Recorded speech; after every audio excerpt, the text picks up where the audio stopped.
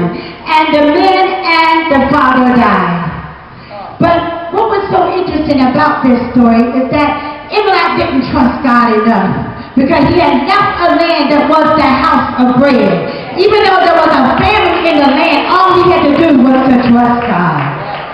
And at this particular time, after they had died, the two women were ordered to go back to their land to be with their people. But Ruth stood out among them and she said, "No, I'm going to go with you. I'm not going anywhere." And she said, "I'm going to serve the God that you serve, Naomi." Naomi had become bitter towards God because she didn't understand how God could let this happen. And she told her the two women, that to go back because I don't have any more children for you to have. But as they went back, and they went back to the land of Bethlehem, the house of bread, God began to do some things in their lives.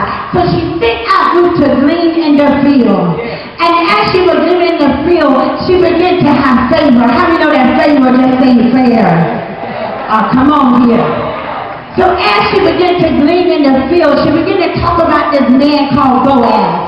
And Ruth and Naomi began to tell her, "You go and you stop with Boaz.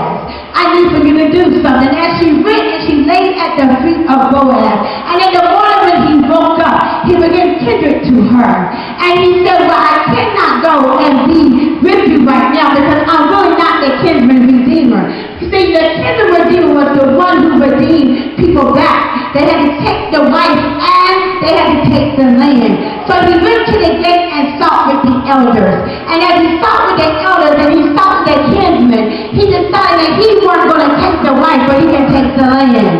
But as they began to go a little bit further, he went and Ruth had to wait on this man. How many know that those that wait upon the Lord, he shall renew their strength? Oh my God. And as she waited, something began to happen. See, God can use our mess-ups and our issues and turn things around. He used a Moabite woman, a Gentile woman, and the Moab and the Benjamin and the Judah, they weren't even liking one another. But God began to use this woman of God.